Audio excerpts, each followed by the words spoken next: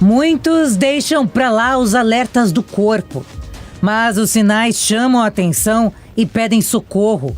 Entender a saúde mental como algo que envolve o corpo, as emoções e a forma como interagimos ajuda na busca por socorro, como explica o psicólogo Yuri Buzin. Todos nós temos ansiedades, todos nós interagimos com o mundo de alguma maneira que muitas vezes nos machuca. E a psicoterapia, a terapia, ela vai trazer pra gente esse autoconhecimento. A gente tem milhares de técnicas, milhares de teorias, milhares de coisas que são feitas para que você sinta-se bem. E quando eu falo sentir-se bem, não quer dizer que você não vai sofrer na vida, mas que você vai interagir com o sofrimento de uma maneira melhor, que você vai ter uma inteligência emocional muito maior, que você vai se autoconhecer muito bem e que isso vai fazer com que a sua vida seja cada vez melhor em termos gerais. Cuidar da saúde mental é tão importante quanto cuidar da saúde física, até porque a segunda depende da primeira para estar em dia, como fala o médico nutrólogo Francisco Benetti. A atividade física em si, ela libera serotonina e endorfina. Então isso acaba tendo um impacto positivo para você se sentir mais bem disposto. Ela acaba melhorando a intensidade do dia a dia. Vamos pensar também, tá, que o nosso coração, ele vai bombear sangue para todo o nosso corpo. Se você está mais bem preparada fisicamente, você tem um coração mais saudável e um coração que ejeta mais oxigênio para todo o corpo. Se eu perfundo melhor o meu cérebro com oxigênio, a minha memória melhora, a minha cognição melhora e principalmente a minha saúde cerebral também melhora. Então a gente tem esse impacto também da bomba cardíaca para nossa oxigenação cerebral. Você mantendo também ali o teu corpo com mais atividade física, o que eu melhoro também, que é uma coisa que impacta muito quem tem problema de saúde mental, o sono. Não é segredo para ninguém que a prática regular de exercícios físicos traz uma série de benefícios para o organismo e é também um importante aliado para a mente, como pontua a psicóloga Larissa Fonseca. Que ajuda na produção das endorfinas, aumentando os nossos níveis de serotonina e dopamina, né? Quando a gente está com estresse alto, o nosso cortisol fica alto e a nossa serotonina cai. E aí a gente entra em quadros relacionados com... A gente pode entrar em quadros relacionados com ansiedade e depressão. Por isso que a atividade física acaba sendo um dos grandes pilares para a gente ficar bem da saúde mental, né? E mais equilibrada. Pessoas que não praticam atividade física têm uma probabilidade muito grande de terem ansiedade e depressão. Porém, 6 em cada 10 adultos brasileiros não praticam atividades físicas nos níveis recomendados pela Organização Mundial da Saúde, o que traz riscos para quem é sedentário, como o desenvolvimento de doenças. No Brasil, só 40,6% das pessoas com 18 anos ou mais, na média das 27 capitais brasileiras e do Distrito Federal, realizam atividade física. O exercício é bom para tudo, sempre, né? Quer dizer, ele vai causar uma melhora, inclusive não só por você deixar o seu corpo muito mais saudável, mais preparado, além do que ele estimula a liberação de neurotransmissores de prazer, de felicidade, né?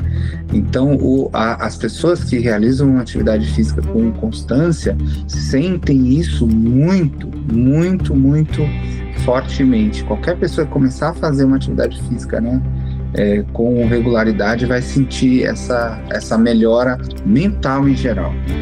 E não só a atividade física, mas a alimentação precisa estar saudável para que o corpo e mente caminhem da melhor forma possível. Você está hoje sedentário vendo essa reportagem? Não adianta você querer começar amanhã a fazer 7 vezes na semana atividade física. Começa com 2. Se você, por exemplo, não está comendo nenhum legume, comece a introduzir isso. Poxa, eu sei que para mim isso é importante. E com a medida que a gente vai fazendo mais, a gente vai entendendo que isso é bom. Na atividade, por exemplo, eu sempre falo, você começa e aí você começa a se sentir bem. Poxa, o dia que eu faço isso aqui, parece que eu trabalho melhor, parece que eu rendo melhor, parece que eu durmo melhor. Aí 2 vezes começam a se tornar 3, 4, 5. Quando você fala assim, poxa, olha, esse pãozinho aqui na minha alimentação tá a mais, é um carboidrato e logo depois eu vou dormir. vou tirar um pouquinho isso daqui, vou reduzir, vou comer um pouquinho mais de legumes, e você sente que o teu corpo fica menos inflamado, ele fica com mais disposição, energia, você vai trazendo os benefícios disso. Segundo Benetti, o corpo é uma máquina perfeita, que depende do funcionamento de todas as engrenagens. Ele chama a atenção para o intestino, que está intimamente ligado às alterações emocionais. O segundo cérebro do nosso corpo, ele é o intestino. E por que a gente fala isso? Porque mais de 1 milhão de neurônios se encontram na parte intestinal. Então a gente sabe que a alimentação está diretamente correlacionada com como a gente vai ter os neuromoduladores e neurotransmissores, como serotonina, dopamina, endorfina. Então a parte alimentar está muito linkada com a saúde emocional, com a saúde mental. Então o que a gente come tem um impacto direto e como o nosso intestino está com a nossa saúde mental. Junto com isso, uma das coisas que a gente acaba vendo muito é que o impacto de como você se vê e como você se enxerga, ele faz uma repercussão tremenda para a tua saúde mental. Então, muitas vezes, um paciente que vem aqui ao consultório e ele começa a emagrecer, ele começa a ter melhores hábitos e ele se vê fisicamente melhor, ele começa a ter uma melhor percepção de si e isso melhora muito sintomas depressivos, sintomas de ansiedade. Então a gente tem esse próprio processo de trabalhar essa parte aí de modulação, tá? Dos seus níveis de serotonina, de endorfina por esse segundo cérebro, como a gente também tem um aspecto mental de se ver melhor e isso acabar impactando na tua saúde mental. A orientação é simples, mas poucos se preocupam em seguir. Comer saudável favorece todos os fatores do corpo. Caso contrário, as doenças físicas e mentais vão aparecer. Essa questão da alimentação, ela vai favorecer uma série de doenças, né? Doenças inflamatórias, doenças vasculares, né? E isso, lógico que vai ser mais um fator contribuinte, né? Junto com todos os outros, inclusive genéticos e tudo mais que a pessoa tenha, né? Traumas também muito importantes que possam acontecer na vida da pessoa, né? As questões alimentares, né? Vão ter um papel sobre as doenças, né? E o bem-estar de vida em geral, né? De uma pessoa. Cuidar da mente e do corpo pode blindar qualquer pessoa de ter problemas mentais. Transtornos que atingem bilhões de indivíduos no mundo e os números não param de crescer. Frear as doenças e prevenção são lutas diárias. Para você que está com desafios em relação à saúde mental, seja a sua própria saúde mental ou a saúde mental do pessoal da sua empresa ou da turma dentro da sua família, saiba que é algo que possa ser feito, tá? Saúde mental tem jeito sim, mas a gente precisa aprender o que fazer.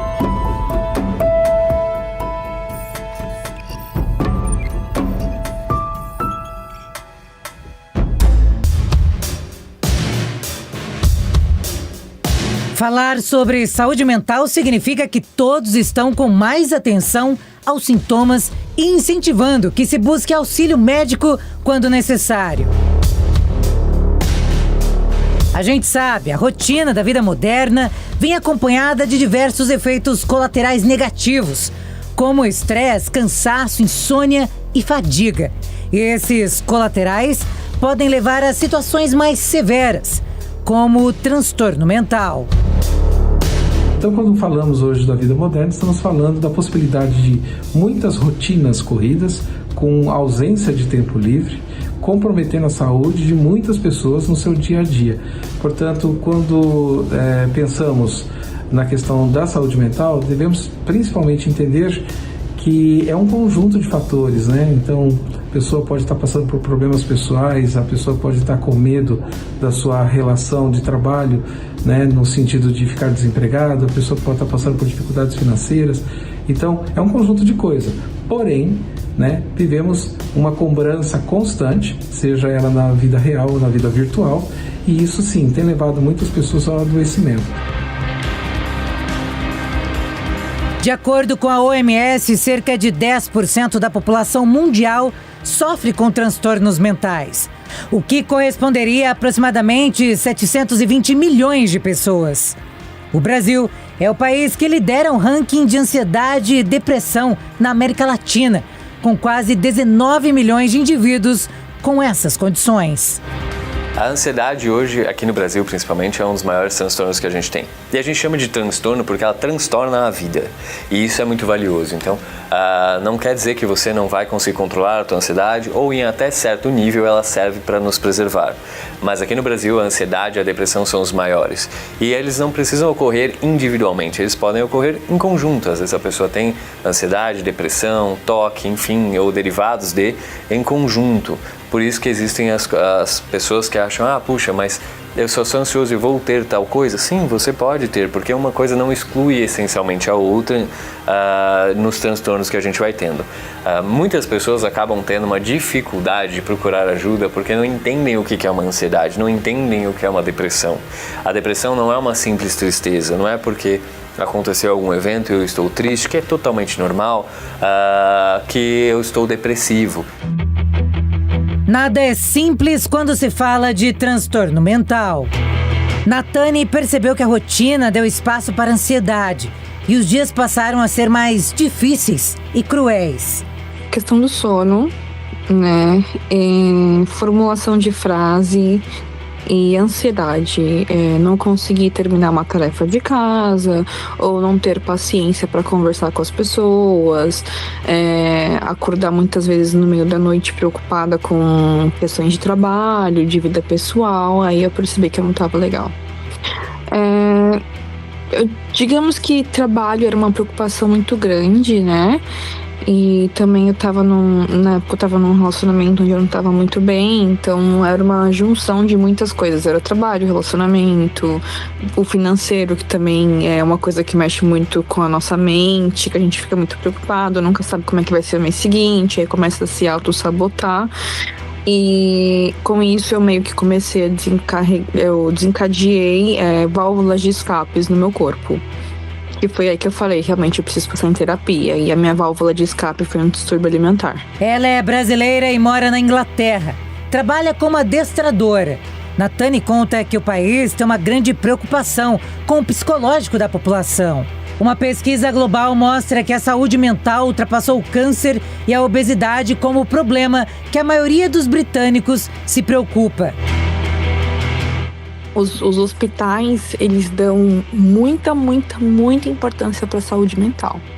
Aqui, a área de saúde mental é muito grande e eles são muito bons. Eles te dão total assistência. Ele tem psicólogo de graça, psicólogo privado, tem clínicas de psicologia que você pode ir lá agora, eles vão te atender agora. Remédio eles te dão. E é tão assim que você nem paga pelo remédio. Você liga pra eles, eu tô com uma emergência, eu passo com tal hospital, eles vão puxar sua ficha, ver que você realmente toma remédio. Meu remédio acabou hoje, eu não tenho mais pra hoje. Eles vão te dar uma receita pra você ir buscar, na hora, sem precisar passar com o médico em consulta, nada. Só pode ter continuação do seu remédio, entendeu? Então, aqui eles levam a saúde mental bem a sério. Existem diversos tipos de transtornos mentais, que são classificados em tipos, e alguns dos mais comuns incluem aqueles relacionados à ansiedade e depressão. A ansiedade, por exemplo, é um medo muito intenso de algo, onde acaba machucando muito a pessoa, porque ela muitas vezes até se paralisa, ela tem crises agudas sobre aquilo. A depressão, ela é uma falta de resposta ao mundo. Geralmente, até uma analogia muito simplista, a ansiedade tem ligação ao futuro e a depressão tem ligação ao passado. E muitas vezes as pessoas deixam de ver o hoje. Outros transtornos que não são muito falados, por exemplo, como toque, bulimia, anorexia, tem também uma presença muito grandiosa. E Natane, nossa entrevistada, sabe exatamente o que o especialista fala e procura alternativas certas para vencer o problema. Falo por experiência própria, porque eu pensei que consegui sair da bulimia. E não é que eu consegui sair, eu tenho bulimia todos os dias comigo. Em todas as refeições que eu faço, eu sempre tenho tem que me dar uma segurada pra não me apavorar. Mas exercício físico é melhor que qualquer remédio.